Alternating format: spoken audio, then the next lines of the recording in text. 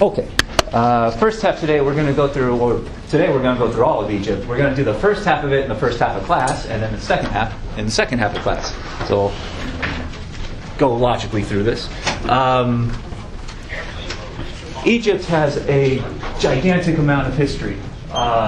And I'll show you a slide in a little bit that has a breakdown of different years, of different eras of Egyptian history. But we're going to try to cover about 3,000 years of history in the next 3 hours or so. So it's an insane amount to try to do in just one day. If you go to university and take a history of ancient Egypt class, it'll go the whole semester. And they'll do, like, in one semester, just the first half that we're going to talk about in the next hour. So it's a huge amount of stuff to cover, so we're going to stick to the highlights and some well-known things. Take it from there. But we'll start off with some general ideas about Egyptian geography, where they are, and how that impacts their civilizational development. First thing to notice is that Egypt is in Africa, northeastern Africa. On this slide, this image way up here in the top left of the picture shows you where Egypt is in relation to the rest of Africa. So it's way up there in the corner. Egypt, its most dominant kind of factor is the Nile River, which runs from the south down here on this map where it says Nile River, where the river is kind of wide. There's a mountain range there called the Cataract Mountains. So every spring, when the snow on those mountains melts in big amounts, in big quantity, the water flows down the river system and overruns the river banks, flowing from the mountain range going south, going downhill. So the river overflows its banks, and eventually the river kind of splits up into a bunch of branches as it empties out into the Mediterranean Sea along the northern coast. And the overflowing of the river itself deposits fresh water into the soil and in this place called Upper Egypt and then Lower Egypt. And that makes that soil really easy to farm because the soil's refreshed every year, basically. And then you go with game theory, the place that is easiest to grow food. You don't have to have every single worker in your society be a farmer. So you can take like 5 or 10% of your workers and send them into developing technology. Building larger buildings, building irrigation ditches, canals, making weapons, pottery, all that kind of stuff. So Egypt very early on becomes a center of wealth and prosperity. And you can see just by looking on the map, all the major cities are located right next to the river because they became the sources of prosperity. That's where the populations grew because there's a consistent food supply. So those areas took off economically. The river flows from north going southward because that's how the land goes downhill. So Upper Egypt is called Upper Egypt because of the elevation of the land. Does that make sense? It's just higher up. It's closer to the mountains. So that's like calling, there's an area in Southern California called the High Desert. You guys know where that is? Yeah. Where is it? Yeah, Hesperia, Victor Road. Why do they call it the High Desert? Because it's uphill. It's a higher elevation. There's also an area in Southern California called the Low Desert, the Lower Desert. Palm Springs. Yeah, it's Palm Springs, literally because it's downhill. It's lower in elevation. You get the same thing in Egypt, especially in ancient Egypt. So Upper Egypt is actually in the south, and it's often, some textbooks will call it the River Valley. And Lower Egypt, downhill, is closer toward the sea. And some textbooks will call that the Delta. Does that make sense? All right. Egyptian geography was also really useful for other things. Because all their cities are located right next to the river is like their superhighway system. They can get boats. The river is pretty wide, especially when it overfloods. You can get boats up and down the river consistently, and pretty big boats too that can move a lot of people and a lot of goods. So the river system itself becomes their transportation system. And really none of the cities are any further than 8 or 10 miles in ancient Egypt from the river. Could you Question? go from like Edfu all the way down to Cairo through the river? Oh yeah, all the way down and all the way down to the coastline. So there was no like waterfalls or anything? Well, it goes downhill, but it's not like a gigantic drop that's going to destroy you. So there's places, especially up here by the cataracts, where the river runs faster and it's a little dangerous. But especially once you get into Upper Egypt, around the cities, it's pretty calm, except for those few weeks during the year, every year, where it just massively floods, and that could be dangerous. Yeah. And again, they're using the same old idea that we talked about with game theory.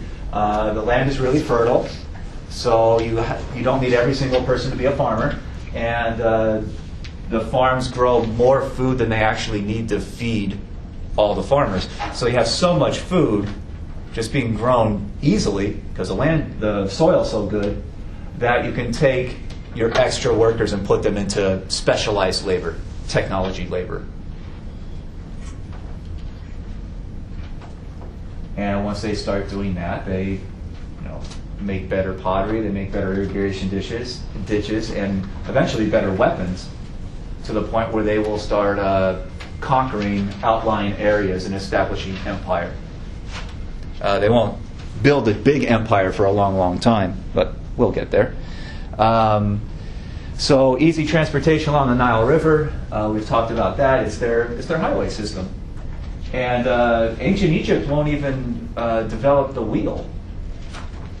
Big carts to move goods around for a long time, because they just don't need it, because they have the river system. And their geography also allowed them to defend their territory very easily. They are really hemmed in through natural geography. They have these big mountain ranges in the south, which is really difficult in the ancient world to get a big army through those mountains or over those mountains. So they don't have to worry about being attacked from the south, being invaded. To the west, if you look on the map of all of Africa up there, to the west, there's this gigantic desert called the Sahara Desert, which is one of the biggest and most inhospitable deserts on the face of the earth. It's like Death Valley multiplied many times. It's massive. So even today, it's difficult for people to live or travel through that desert. So with ancient technology, it's virtually impossible to get a very large population or a large army through that desert to attack Egypt from the west. And in the east, they have a coastline, which is fairly easy to defend. And in the north, they have a coastline that, for a long, long, long time, is really easy to defend.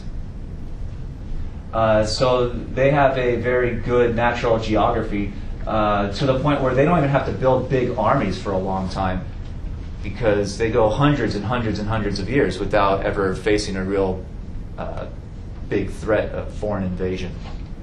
Does that make sense? So they're actually kind of militarily backward for a long time. It's because it's not necessary for them. They have more problems fighting amongst themselves until the first big invasion hits. So some basic background for Egypt and the geography. Questions about any of it at all? Yeah. When they get the stuff out of the river, then do they use like a wheel to move it around? Yeah, but they'll have just small rudimentary stuff, because they don't have to bring it very far. And once other civilization, particularly, will invade them with fast-moving chariots and whatnot, they're just overwhelmed. They have big problems fighting back, because they haven't developed that technology yet. Could an invader use the river? They could, but how are you going to... You have to get your troops over the mountains first and then get them, or build boats or something at that point and then use the river. The problem is that you couldn't get over the mountains in the first place. So there is another civilization on the other side of the mountains called Nubia. The Nubians on this map at least. But they're never much of a threat. And in fact, when Egypt eventually goes imperial, the Egyptians will attack over the mountains and hit the Nubians and conquer them. But we'll get there eventually. Other questions? Nope. Okay. You do not have to write all this one down. This is a big slide that gives a breakdown not just of years, BCE,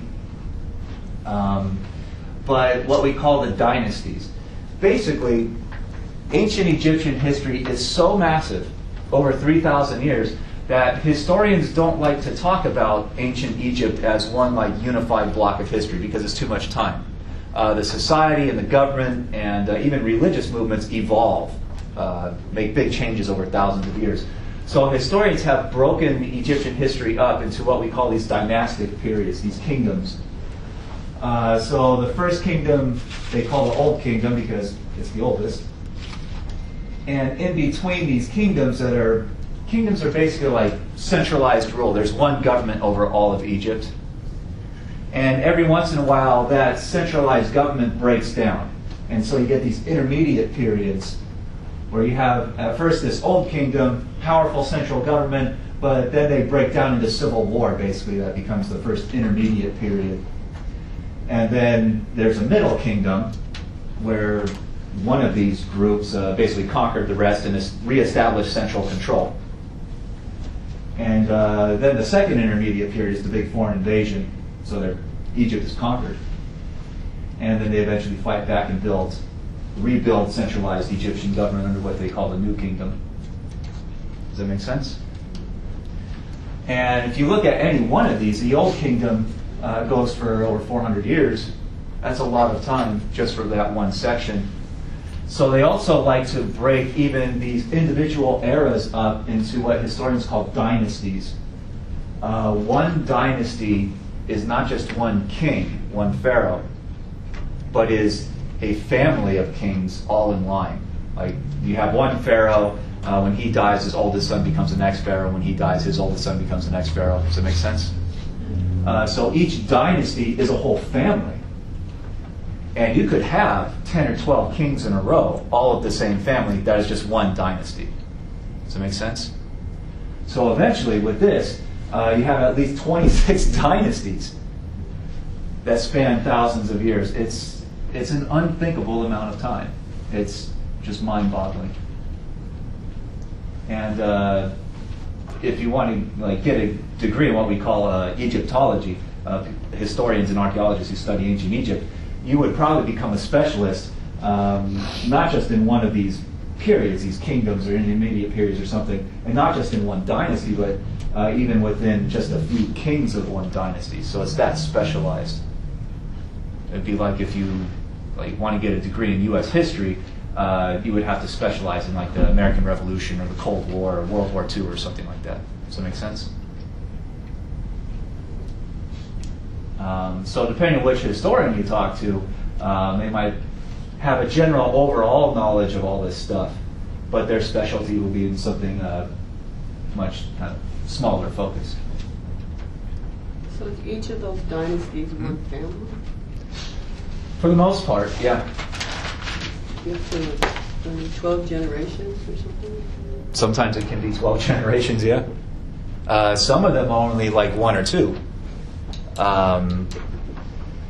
Usually a dynasty will kind of peter out when a pharaoh doesn't have either any sons or any sons that are old enough to become the king, or officially become the king, because no one wants to put a kid in charge of the government. So that's when you see a break between, say, the 15th and 16th dynasty, where one of them, the family just kind of peters out, so they have to pick some other family to take the throne. That's always a dangerous period in politics, because that's when you get civil wars and people getting assassinated and all kinds of things. So yeah. At what point do they ever like pick like when it comes to that kind of civil war? What just officially declares who's ruling? That's one of the problems with this kind of politics, and that almost always happens in monarchies all over the world.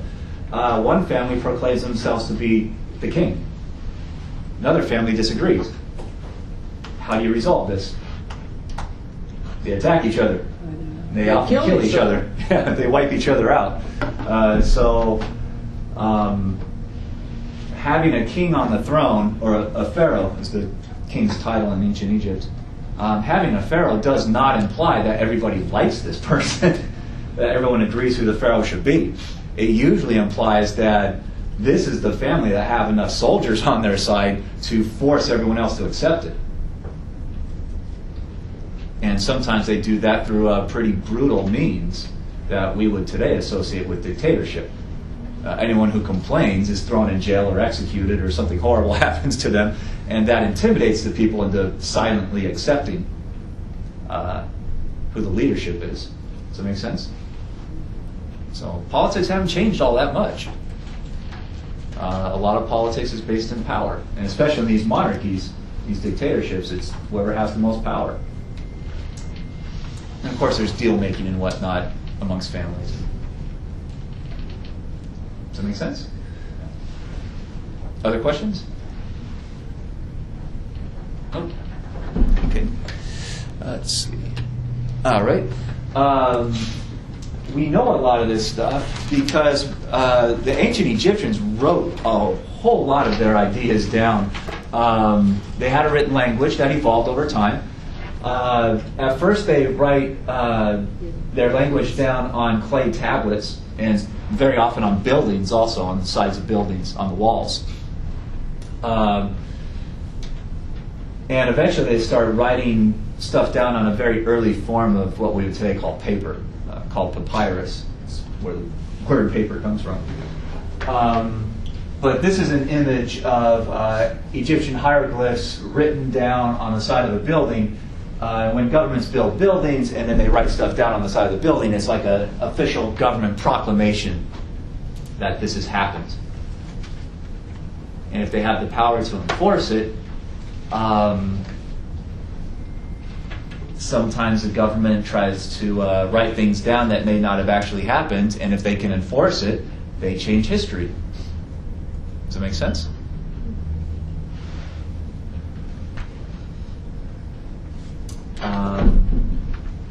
So many Egyptian scholars have traveled to Egypt and tried to decipher all this stuff, and not just figure out what it says, but figure out if it was true, which is much more difficult. It appears that there is a lot of education in Egypt because we don't just get writing on the sides of buildings or on expensive clay tablets or official government documents or anything. We also get a ton of writing that is found all over Egypt on this early form of paper called papyrus. They made the paper by cutting down a lot of the reeds that grew on the coastlines of the river. On the banks of the river, they cut down these reeds and kind of thresh them, and they could make this, it's almost like a cloth-like type of paper. So it's thicker than what you think of as paper today. But we find tons of it all over all the ancient Egyptian cities. So it appears that the average workforce had at least some level of education to the point where they can read and write and had access to the paper and writing tools. And of course, the government documents have like official important statements from the government and whatnot. But a lot of the papyrus we find all over those cities are much more mundane things of like everyday life. So we find people's shopping lists, things they wanted to buy at the market, reminders to themselves of certain appointments, invoices for businesses. Just the kind of minutia of everyday life. So we think through, especially these papyrus writings, historians have a decent kind of window based in the evidence of what the average Egyptian people thought and did and believed on a day-to-day basis. How how do they store it? File it away? Well, businesses will store that stuff, and government will store that stuff in big buildings that sometimes survive. But a lot of times it's just through luck. If I'm in, walking out to the parking lot with my water bottle, and I've done this before, where I leave it on the top of my car when I'm unlocking my door, and then I drive away and the thing falls on the ground somewhere. If it falls into a sewer and kind of goes underground and gets covered up to the point where it's not getting rained on and not getting hit with wind, then this thing might actually survive for a few thousand years, right? Just by luck. And anything else I drop, as I often do all over campus, if it gets exposed to the weather, it's not going to survive. So a lot of the physical remnants that we unearth in excavations are just lucky finds. Outside of like government buildings and whatnot, they're often designed to last forever, literally, in ancient Egypt. So yeah, a lot of it is just the luck of where it fell, which causes all kinds of problems for historical interpretation. If a lot of stuff happens to be found in what we think are like the more wealthier suburbs of the city, and we only read that stuff, does that mean we only read what the richer people left behind or what they thought, and we don't really know what the poorer people of society believed? I mean, that's a big debate amongst historians. How reliable is this evidence? And they constantly debate that stuff. It's one thing that historians often do. The more to discover artifacts, does it get easier, or is it just get more complicated? Well, the ancient Egyptians wrote a lot of stuff down, and they specifically designed their buildings and some of their cities to literally last forever, for eternity. We'll talk about why in a little bit. So we've been finding stuff from ancient Egypt for hundreds of years now. So scholars and intellectuals and people who study this stuff, they've been studying ancient Egypt for at least 300 years, up to our time. So it's one of the reasons I have so much written in textbooks about them, because there's so much to talk about. Other questions? Oh, okay. What else we got? Okay. One of the official government documents that we found is known as the Palermo Stone, which is a list of kings before the kingdoms. Huh? Before the Old Kingdom, before a centralized government. We have pretty solid records of who those kings were, but we didn't know who was in control of Egypt before that. So before the dynasties really get going. And in, I think it was the early 1800s, this Palermo stone is discovered, where it appears to have been written down by a Greek traveler, because it's not just written in the Egyptian language, but it's also translated into ancient Greek. And since historians by that point still read and understood ancient Greek, that means they could translate it into modern languages. And we think it's a list of the rulers of Egypt all over the place before they're centralized under the Old Kingdom. Is it like a chronological list, or Yep. everyone that was in power at the time that was? Well, when you have several people in power at the same time, it gets pretty messy, but it's for the most part chronological.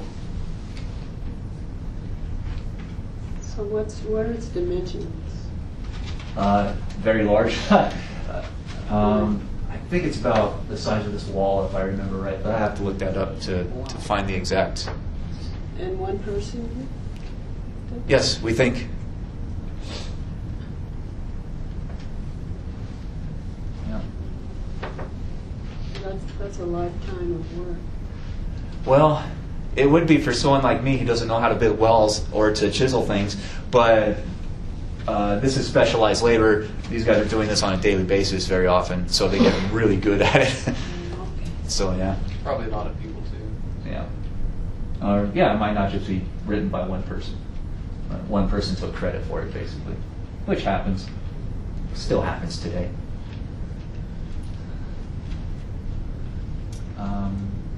So that's kind of getting us through the writing styles and the translations and how accurate are these translations, and starting to talk about the early Egyptian governments. There were many of them. Basically, these are city-states for a long time. Each city had its own government, had its own leadership, until at some point around the year 3000 BCE, there is one king who unifies Upper and Lower Egypt under his centralized government. And his name is Manasseh. And this is the only image that we know of him. So that's the most accurate image we have of him personally. Who was that? The very first unified king of all Egypt. And especially in the ancient world, whenever you see the word unified, you have to understand that it's not like all the cities took a vote and said, hey, let's all unify into ancient Egypt. A lot of it is through conquest and dominance and control and killing people who disagree. So a lot of times, unification is a very brutal, cutthroat system. In doing that, does that mean that their currency was the same? Well, they'll start to do that, yeah. That's one of the great advantages of one central government over a big place. Everyone's using the same money, and they'll try to standardize the languages and the dialects and school systems and all that stuff. Yeah. So that's what Manasseh is famous for. How long was he and how long was he king? We don't know exactly. We have very few really useful documents that talk about him, at least that have survived, that have come down to us. We don't even know exactly when this happened. That's why circa, which means somewhere around 3000 BCE. But we believe this is the first time that all the cities are unified under one government, one leadership. And there appears to be a couple of dynasties before they build up a really powerful central government that comes to be known as the Old Kingdom. Another king of the early dynastic period is named King Narmer. And his big claim to fame is not exactly all a bunch of stuff that he did, but something that we find left behind from his royal household. This is one object, it's one big stone, and this is just two sides of the same thing. And it is intricately carved, and here's a kind of drawing outline to show you the drawings more clearly. On one side, there is, we think, the king himself, because he's so much bigger and better than everyone else. There is the king wearing a special hat, a crown, holding what we think is some kind of prisoner and getting ready to knock his head off, which is what Egyptian pharaohs did in ceremonies to show how dominant and powerful and great they were. And we think that this is one of the ancient Egyptian gods, this eagle, kind of handing him the next weapon to kill the next prisoner. So this is saying, theoretically, that the king is in control of all of Egypt with the help of the gods. Does it make sense? It's the God's chosen person to run Egypt.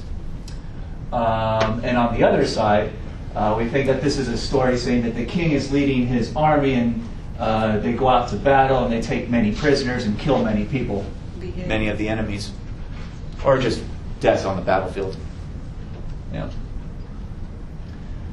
We think the middle section is tying these two animals together to signify the unification of Upper and Lower Egypt. They are brought together, so their heads are their necks are intertwined. So, I mean, this is an expensive thing to make, this very large stone. And it took some artist a long time, probably, at least several days, to carve this thing up and make it tell this story. And we believe that this is merely the grinding stone for the king's eye makeup. Mm. That this is just the stone you put on the ground to put the leaves or whatever they're going to grind into some kind of paint to put on the king's physical body. Does that make sense? And because this circle between the two heads or the two necks, you find a whole lot of like granule leftovers of stuff being ground down, being pounded down into just tiny little pieces to make makeup out of. So this indicates to historians that this government is extremely wealthy. That they had the money laying around, not just to take a rock and grind the guy's makeup, but to decorate it in this extremely expensive way. Some government contractor got paid a lot of money to make this thing, right? And governments don't usually spend that kind of money unless they have a lot of extra wealth laying around. So that indicates to us that Egypt in his time was extremely prosperous, and the government is getting tax revenue from that kind of wealth out there in society. And they have a lot of money to spend. Does that make sense? And it shows you how much they kind of worship the king, too.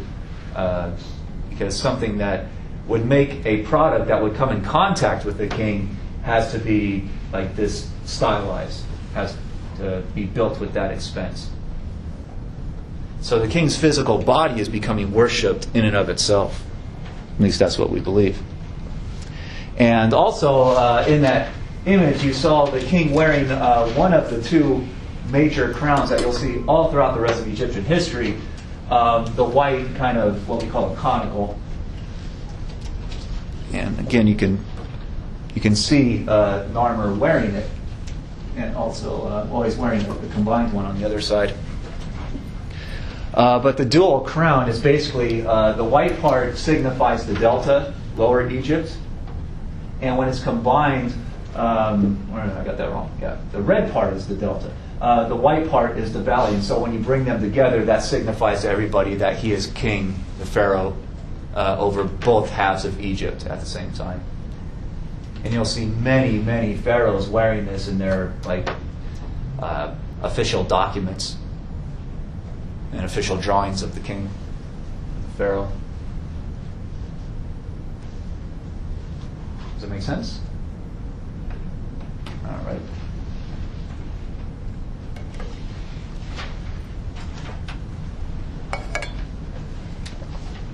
And so that brings us into the Old Kingdom. In early ancient Egypt,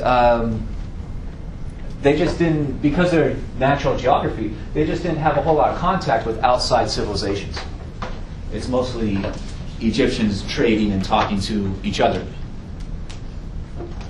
because they're just geographically isolated from much of the rest of their civilizations in their neighborhood.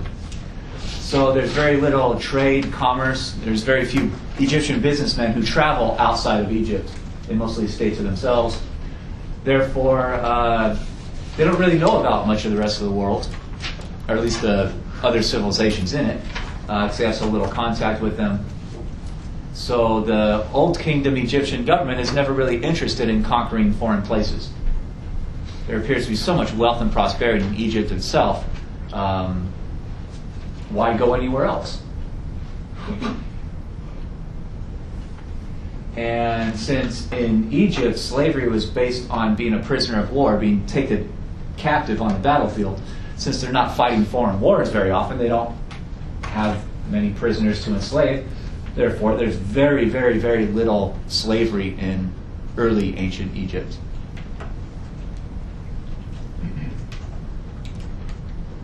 Does it make sense? This is before imperialistic ideas, right? Well, maybe other civilizations had those ideas, but the Egyptians don't yet. Yeah, pretty or at much. least their leaders don't agree with it. They may have thought about it, but they didn't take that step. They didn't make the decision to do it.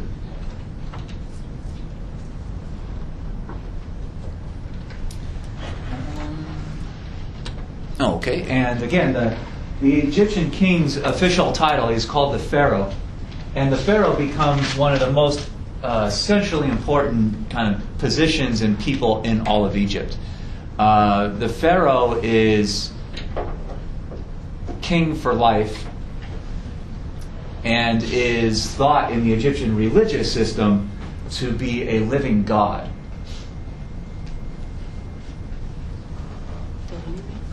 So the idea is that before there were people around, the gods kind of made the universe and made the world and brought the water down from the mountains and whatnot and kind of made existence. And then people come along. But most people can't see the gods or talk to the gods or anything like that. So the Pharaoh is an in-between, like a messenger between humans, the people, and the gods. So he is technically, in their religious system, a living god. He's not really human. He's a god in human form.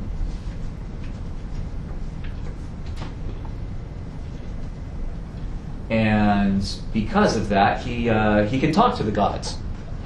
So whenever the Egyptian government has a big problem, if there's a plague or a famine or who knows what, the river overfloods more than expected and wipes out a city, whenever there's a big government level catastrophe, the feeling is that, okay, it's time for the Pharaoh to break out his cell phone and call up the gods and see what the gods want us to do about this.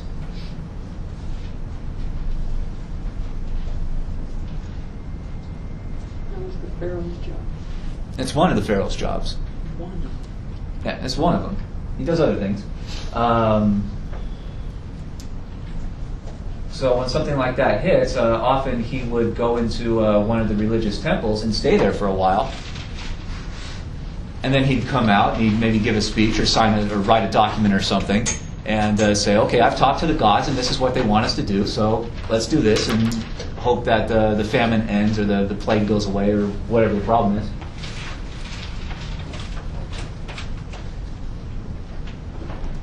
And Egyptian society is always afraid of this, what they call chaos, basically. Egyptian society really, for one reason or the other, they really enjoy having consistency, stability, order, things going as they should, as predicted. Does that make sense? So they really like that stability. And they get really worried whenever that stability kind of disappears for a while. They get what they call the threat of chaos. And that's why they say that it's the Pharaoh's job to keep chaos at bay. The Pharaoh's job is to do a balancing act of all the natural forces in the world with the gods and with nature and everything else, with other people, to keep them balanced to the point where no one power is too powerful. Does that make sense? Because once things get thrown out of whack, that's when you get chaos. So the Egyptian people are really afraid of chaos, and they really put a lot of pressure sometimes on individual pharaohs. Whenever there's a big problem, the guy's got to solve the problem, or else they may start looking for another pharaoh. Does that make sense? Because if this guy ain't doing the job, maybe kick him out of office and bring in another family, appoint a new pharaoh. Okay, you fix the problem. And sometimes that can get really, really problematic. Like we've seen just, in the past few weeks. I mean, sometimes politicians can't really control natural events. Sometimes a hurricane comes through and just wipes the place out. And what do people think when that happens? Pharaoh ain't doing his job. Time to ditch him and pick someone else. Does that make sense? So the Pharaoh, you would think, would be in a really powerful position because he's running all the religion, he's running the whole government. What he says goes. But when one of these natural cataclysms hits that, just politically is tough to deal with, sometimes they get thrown out of office or assassinated because of things that are really, beyond reasonable control. Does it make sense? All right. The Pharaoh also runs the court system and runs the whole legal system. the Egyptian government won't really create a written down law code for a long time, because whatever the pharaoh physically says is law. Does that make sense? The pharaoh is the lawmaker. They don't have a parliament or a congress or anything like that. What the pharaoh says is law, or what he signs off on a document, that is law. So the pharaoh is the legislator, the lawmaker. He is the executive branch. He's the law enforcer. And he's also head of the court system. So like we have 3 branches in the United States government. The pharaoh is all 3. So he is at the top of all systems. But the pharaoh can't hear all court cases and whatnot. So the pharaoh eventually signs a document to set up a court system. So each big city will have its own court and have its own court-appointed lawyers and judges and whatnot. And they govern and inflict justice in the pharaoh's name. Does that make sense? But they only serve at the pharaoh's pleasure. So he can get rid of anyone that he wants whenever he wants. He just has to say it and appoint someone new. Or he can ditch the whole court system if he wants one day and start running it himself personally in his own palace. Usually they don't want to do that because that's so much work, and one person can't physically do all that work. It's just overwhelming. So the pharaoh is legally responsible for all law and all what we today call social justice. If some rich businessman has fired you or is trying to steal your home or something like that, you can file a court case in the pharaoh's court system to try to protect yourself. And the court system would listen to that stuff because they know they don't want a whole bunch of poor people getting really angry in society because they could start a revolution. So there's a social pressure from what we today call grassroots pressure on the high elite leadership. They have to run the place well or they face being overthrown. Does it make sense? And this word here, ma, is basically their social justice idea. So if the king is not doing a good job with the legal system and the court system, he can be overthrown for that reason. And usually in these monarchy-type battles, when a pharaoh or a king gets overthrown all over the world, they just don't send the king off into retirement. They usually kill him and his whole family to make sure that they don't try to make a comeback. Does it make sense? So it's not just you're fired one day, it's like your whole family's going to be wiped out. So some of these pharaohs are brought under great pressure in some circumstances. But the pharaoh also runs the whole executive branch, so administering the law, enforcing the law, and also collecting all the taxes, building all the bridges, making sure that what roads exist actually function, making sure that all the government buildings are provided for, and they're guarded, and they have lighting, and all the religious buildings also, because this is a government-run religion. Does that make sense? So the pharaoh does all that stuff. That's the pharaoh's responsibility. But again, no one person can do all that. So just like we have today, like the President of the United States runs all the tax collection and all the foreign policy and all that, but one person can't do all that. So they hire all these high-level advisors, right?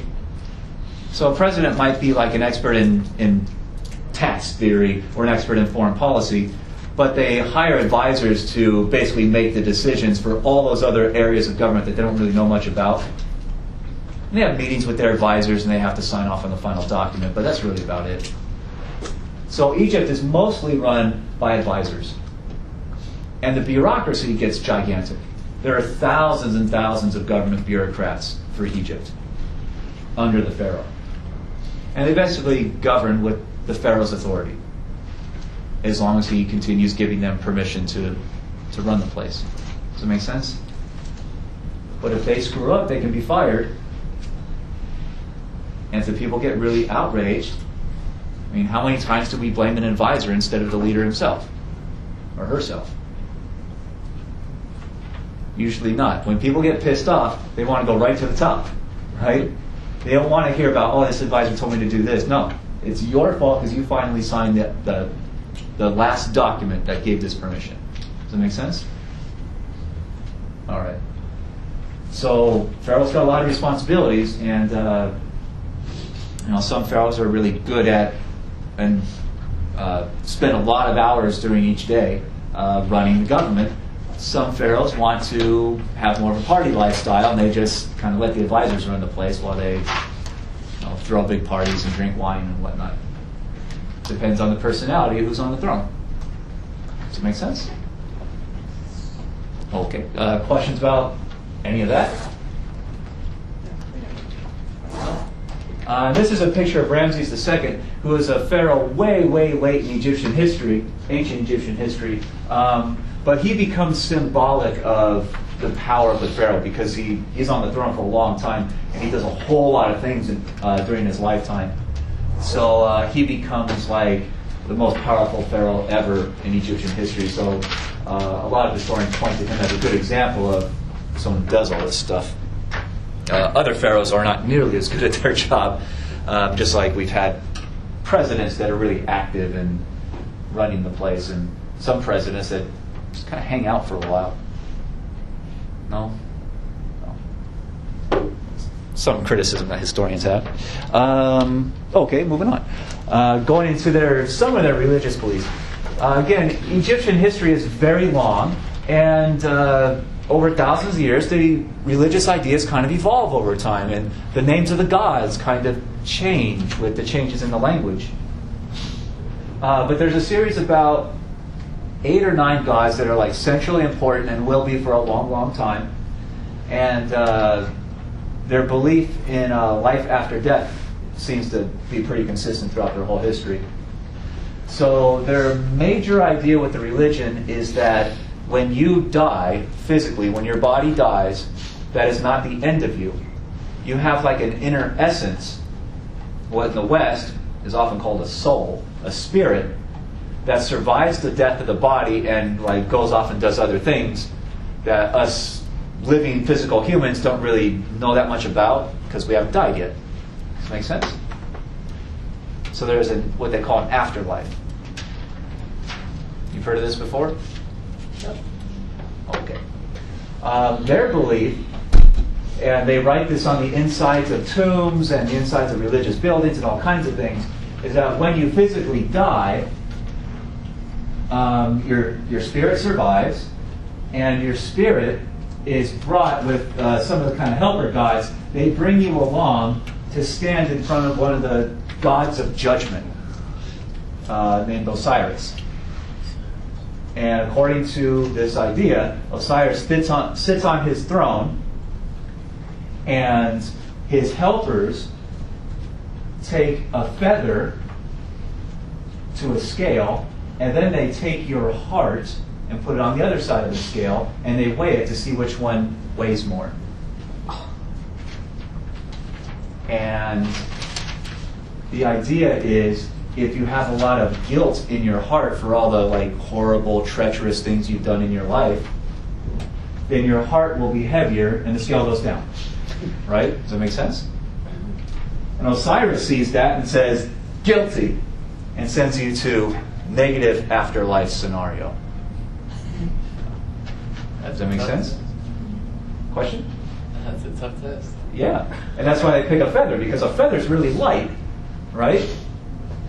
So any amount of guilt that you have, or guilty feelings you have in your heart at death, is going to find you guilty. So it's like, the idea is that most people are not going to get through this very well. You've got to be a really good person for your entire life for the feather to be heavier, to bring the scale down. Does that make sense? So if the feather goes down, Osiris looks at you and says, good job, and you get to go to the happier afterlife scenario. Does that make sense? Does it sound familiar? Yes. Other religions have since adopted this idea of the heart and the feather and the scale. Have you heard of this before? No? Okay. Well, others have used it. Yeah. So then who, like, alright, so Osiris, he decided, right? Yep. So, I mean, when they wrote it down, how would they know that that was a decision that was made? Well, it's a religion, so they don't exactly precisely know for sure, but this is the belief system. Right? No one's ever come back from the dead and proved it. But this is the belief that evolves. Does that make sense? Question? Did this help, like, the upper class people in Egypt more? Of course. And that's probably why it's written down so much in upper class tombs and the religious buildings that the government and the upper class build, because this can also be a system of social control, right? Because if you're one of the poorer people and you start a revolution against the elite, that sometimes involves killing. So this could also be a message of you have to do your job, don't complain, don't fight back, just accept where the kind of lot in life that you're given. And when you die, you get to go to heaven. Sound familiar? Yeah? Yeah. So some philosophers over the past few hundred years have been very critical of this whole thing. Saying that religion is a system to keep poor people in line. To stop them from even considering fighting back.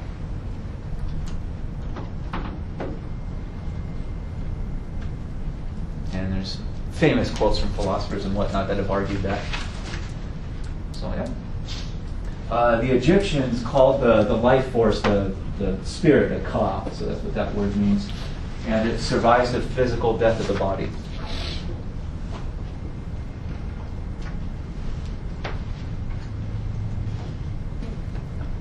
Other questions? No? Moving on. Okay. And they also came to believe that, if you're judged well and your spirit kind of gets to go on, that the spirit needs kind of like help getting into heaven almost. Spirit can't do it itself because the spirit, the body's just died, spirit doesn't know what's going on, so it needs like guides to help it along the way. And especially early in in ancient Egypt, the belief was that your spirit would have to get on like this boat and sail up this like spiritual river, and when you get up to the end of the river, that's where heaven is.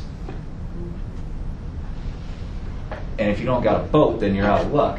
So a lot of wealthy people build a tomb for like the father of the family who, if you're rich, you have a lot of money to spend. They have built such a big building that they would build a boat inside the building, a real physical boat. And where's the river? Yep. So that the spirit would be able to come back to the tomb and would be able to use that boat to sail up to heaven. Did they ever check the boat? Like, did it go missing one day? A lot of them do eventually, yeah. Because boats are valuable. And the resources to make boats are valuable. So you get another problem. If you build this giant tomb and people know there's a boat, and like they bury you with like your favorite jewels, and if you're going to have to hang out in that tomb for a while, you're going to need a fork and a plate and all the stuff you need on a daily basis and all your nicest clothes. So a lot of really rich people get buried with a lot of really rich stuff. And that's like a big advertisement for grave robbers. Jewels are here. Come get it. So yeah, they'll bury the person with all that stuff. And then maybe after the next few decades, it kind of slowly disappears as the grave robbers get in. Yeah. So yeah, they even disassembled boats, we think, and took them out piece by piece. For families that are not as wealthy, they can't build a big enough building to house a whole boat. They need to do a smaller building because they don't have enough money for something like that. A lot of times, they'll build a smaller building with a little table, and they'll put like a little miniature boat on it. Yep, cheaper.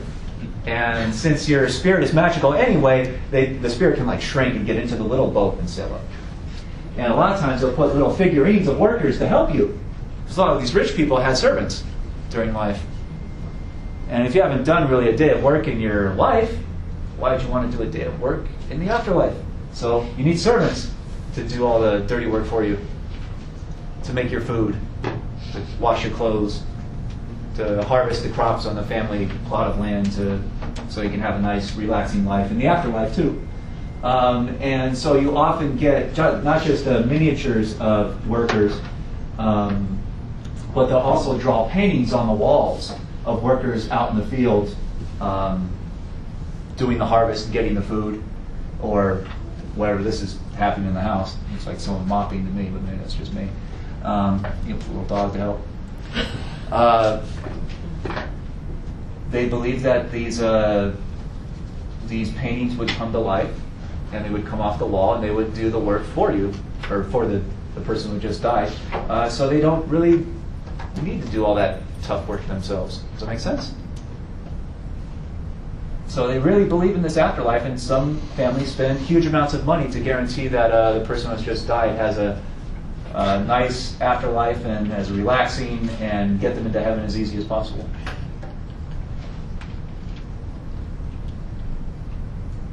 So, questions about that? Yeah.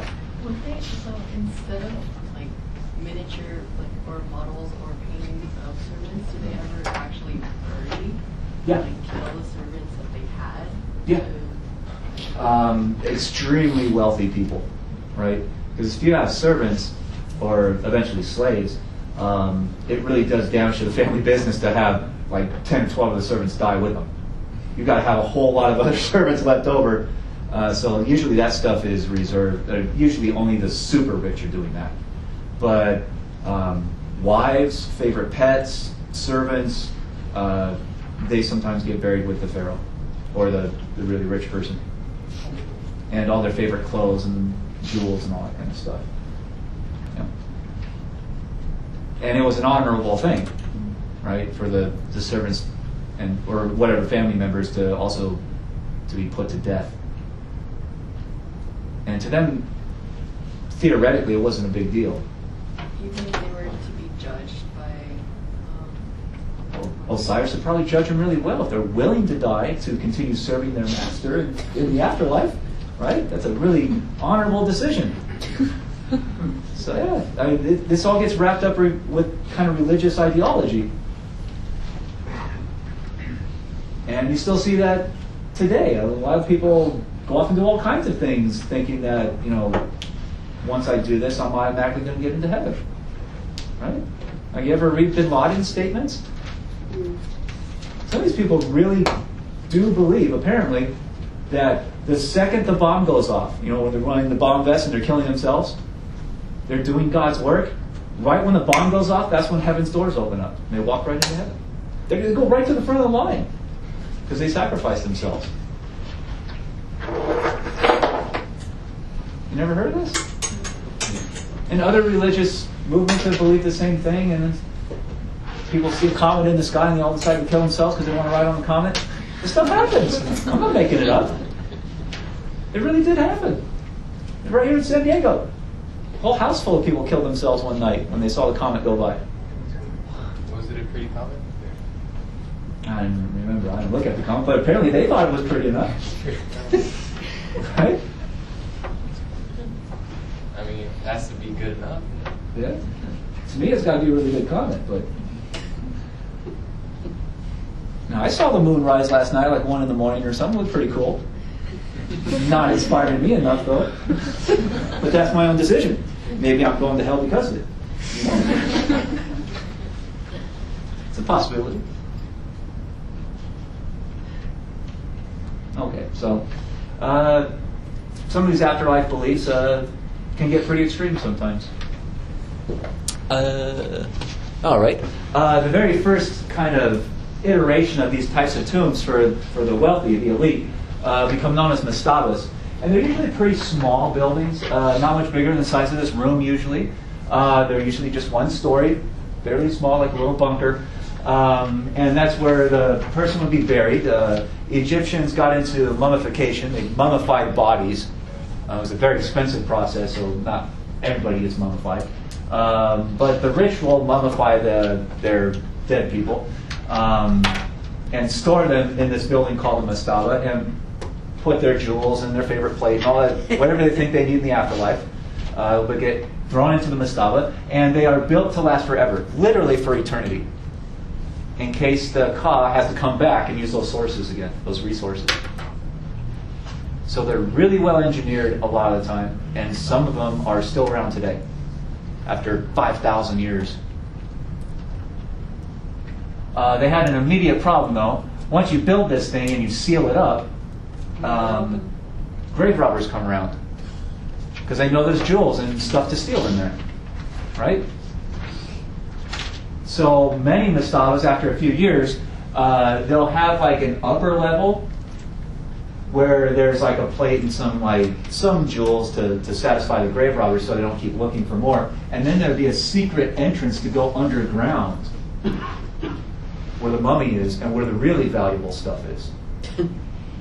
So they had to keep it hidden from the grave robbers that they know are going to break in at some point. It may take hundreds of years, but they'll get there. Does that make sense?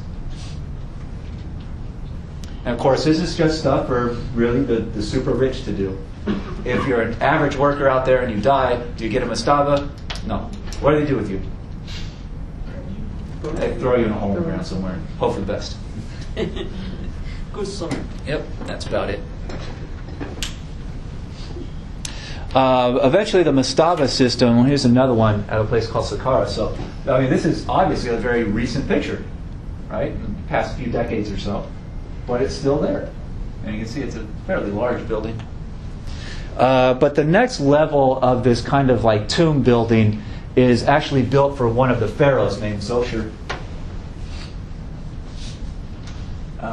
This is in the early dynastic period before the Old Kingdom. So just a couple hundred years or so after Manas. And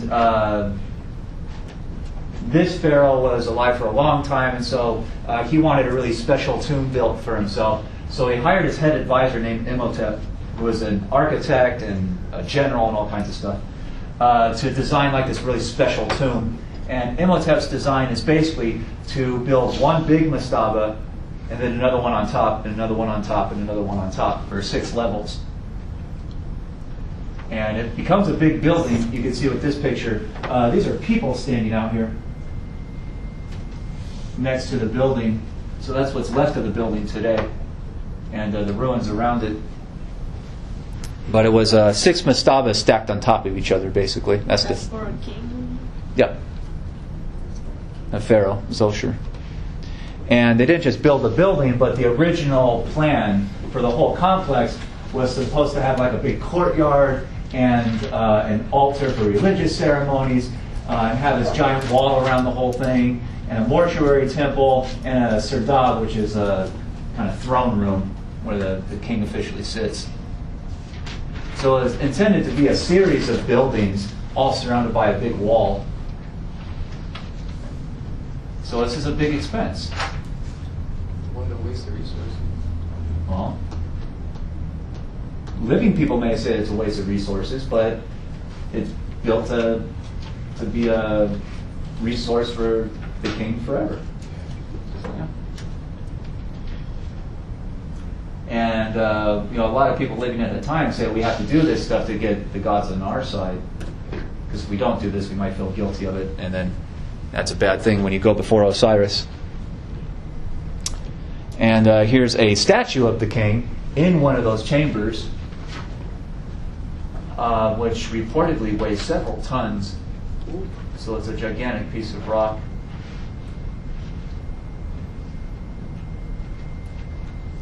And you can see it has the hieroglyphs, the writing below, at the foot of the throne.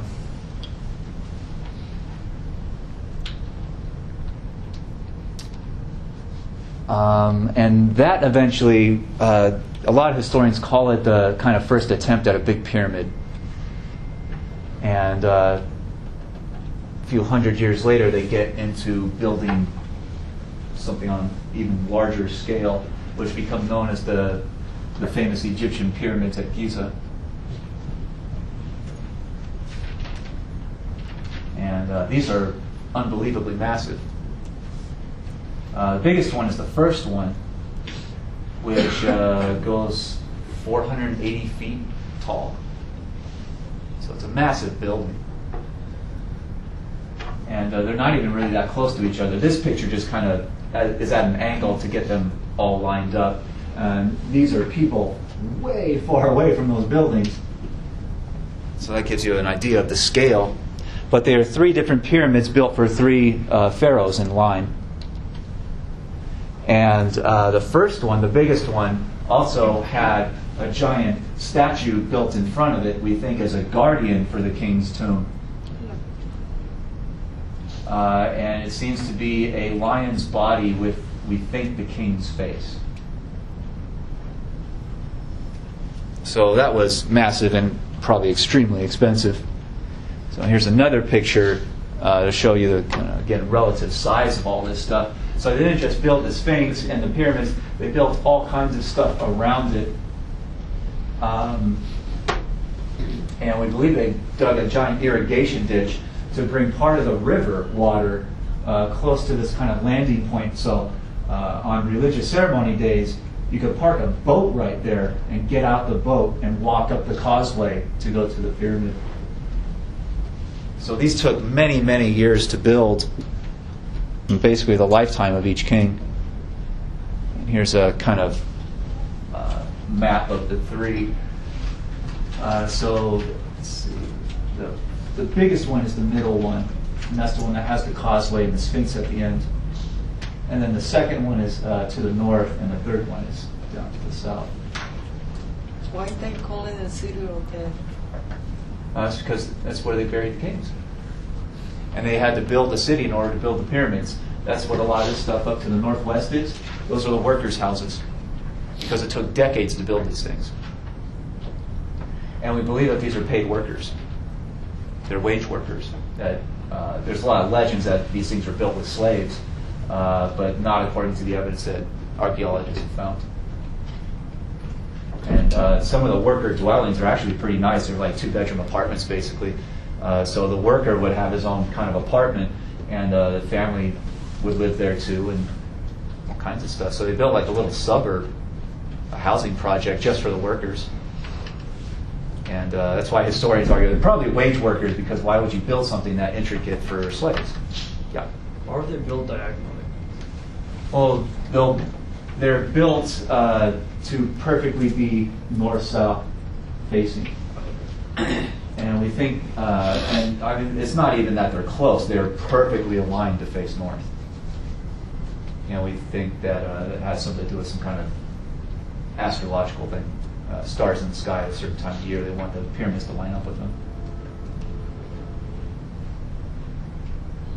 But it's a massive series of projects that go on for decades at huge expense.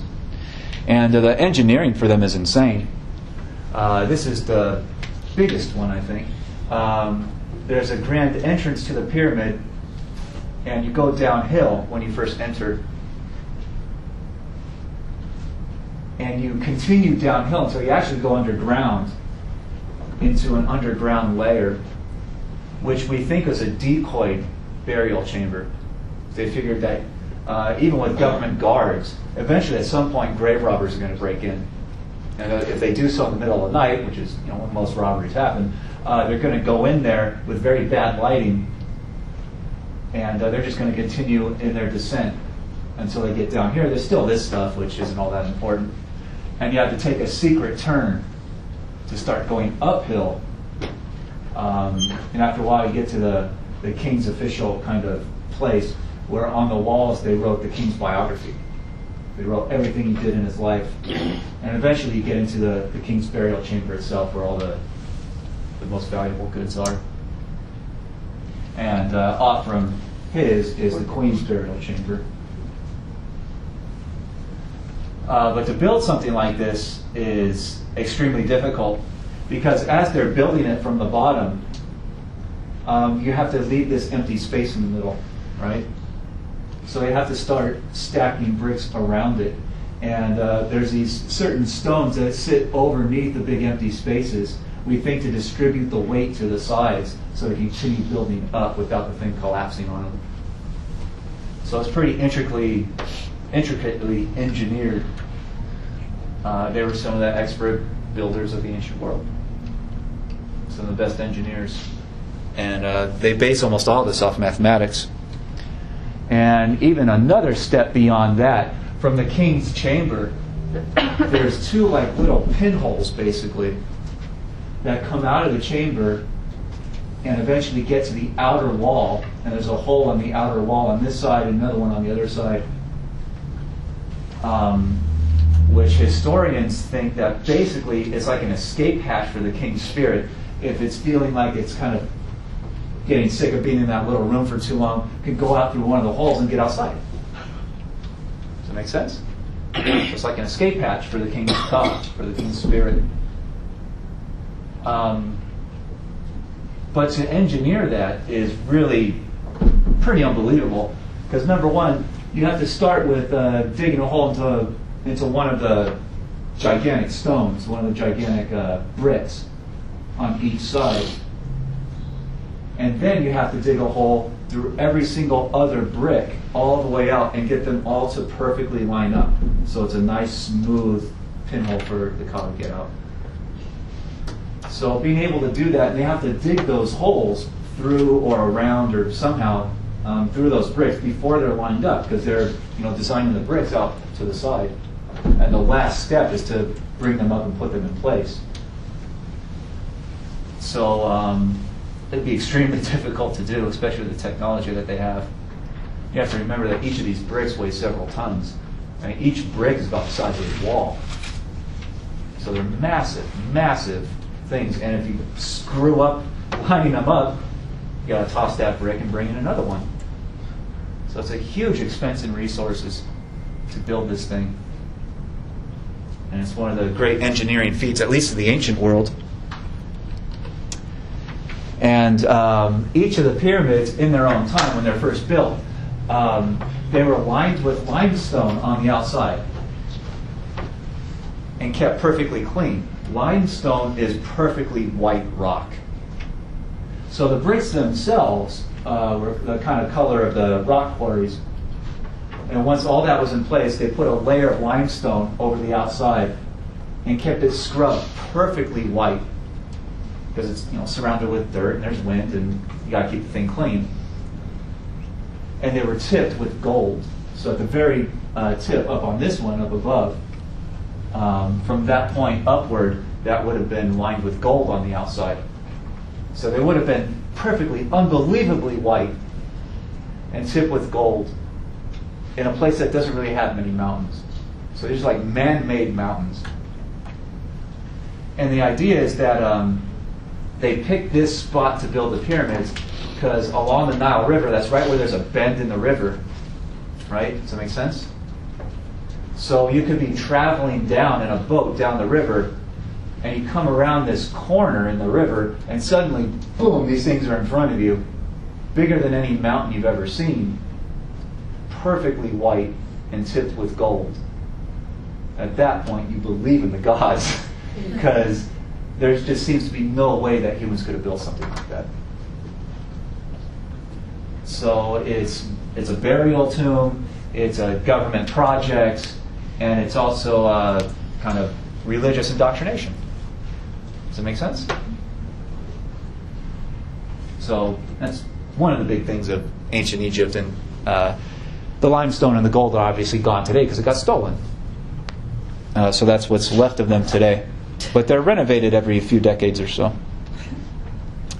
So questions about the pyramids at all? Oh, okay.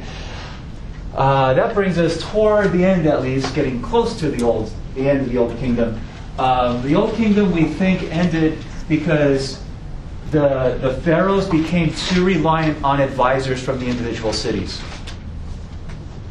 to the point where the advisors seem to believe that they're basically governor of the city and they're just running the city themselves.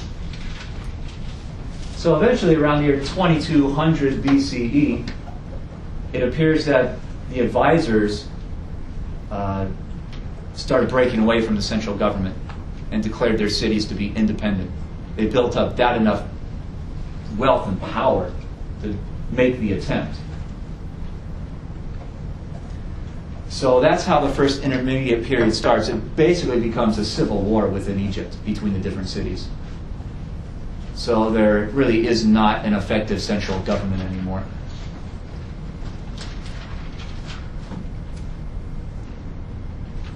And that's why we call it an intermediate period. Cities are running themselves.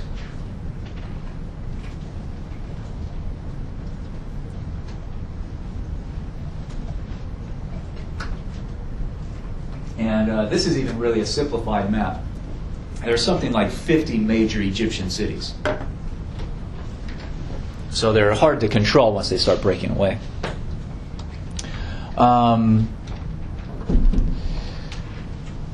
The leader of one city called Thebes, named Menuhotep, eventually after a couple hundred years starts conquering other cities and generally starting to bring big chunks of Egypt under his own rule. And eventually, quote, reunites the rest of Egypt under his own leadership. Of course, when you say reunite, that can often mean a lot of bloodshed and conquest and all kinds of horrible things. So the intermediate period went on for about 150 years, so several generations, several lifetimes of people, until Menuhotep gains the upper hand over many of his enemies and rebuilds central government, moves the capital city to Thebes, and starts what we today call the Middle Kingdom. And that one will go on for, what was it, about 350 years. One of the big things that Menuhotep and the Middle Kingdom for the rest of its existence does is invest very heavily in infrastructure projects. More roads, more irrigation canals, more government buildings, some dams, that kind of stuff. Probably because when he finally gained control over the whole area, the infighting had really damaged the infrastructure over time. So he had to rebuild it. Or his government had to rebuild it. He probably wasn't out there himself laying bricks and whatnot. This is also a point where the Egyptian businesses start making contact with outside civilizations. They start buying and selling things from other places and bringing them back to Egypt, which brings a lot more prosperity to Egypt. So the Middle Kingdom is known as a pretty prosperous, stable time for the most part.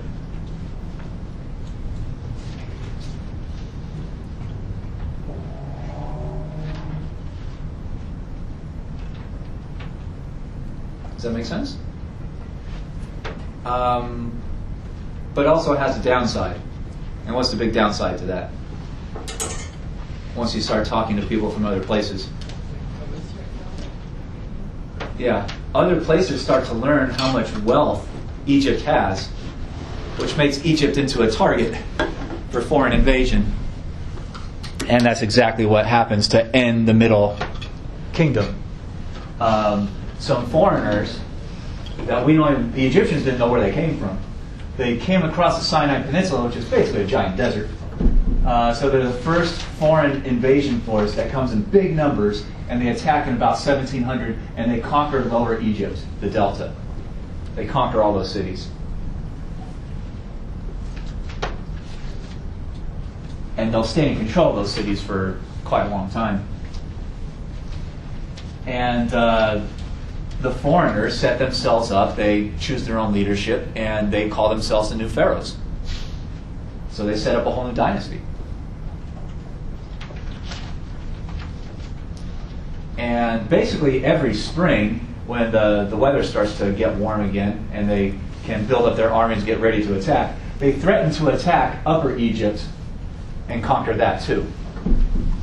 But they never really try it. They basically line up a bunch of their soldiers on the edge of Upper Egypt, and they send a message saying, either we will attack you and conquer you, or how about you just give us a bunch of money today, and then we'll go home. That's what historians call paying tribute. It's like a yearly ransom payment that Upper Egypt pays to avoid being invaded. Does that make sense? But the foreigners, the occupation in the north, they basically claim in all their government documents and whatnot that they control Upper Egypt too. They just they don't control it as closely.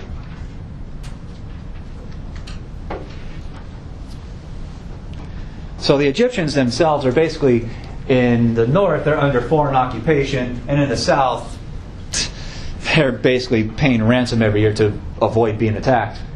The Egyptians don't know where these people came from, so they call them the Hyksos, which literally means foreigner. So that's what the Egyptians call this. They call it the Hyksos period. And it's known as the second intermediate period, and it goes for about 150 years. So again, several generations. And the reason that the Hyksos were able to conquer so much of Egypt was that they came in with bronze weapons, stronger than Egyptian weapons, and they came in with horse-drawn chariots. So basically, the Hyksos had stronger weapons. Their weapons hit harder than the native Egyptian weapons. And the Hyksos soldiers move faster. They're on cavalry, basically. Whereas the Egyptian armies were on foot. They were foot soldiers.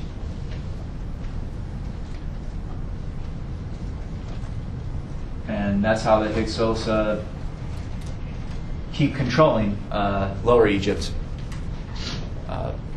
for a century and a half. Yeah. Did they bring in their own religion, or did they just continue with Egypt? Well, they seem to continue as much as possible the Egyptian religion, because if the religion already worships like not rising up and keeping things stable, once you take over, you can keep sending that message out. Don't revolt, or else you might go to hell. So yeah. And other invasion groups have used that kind of message throughout human history.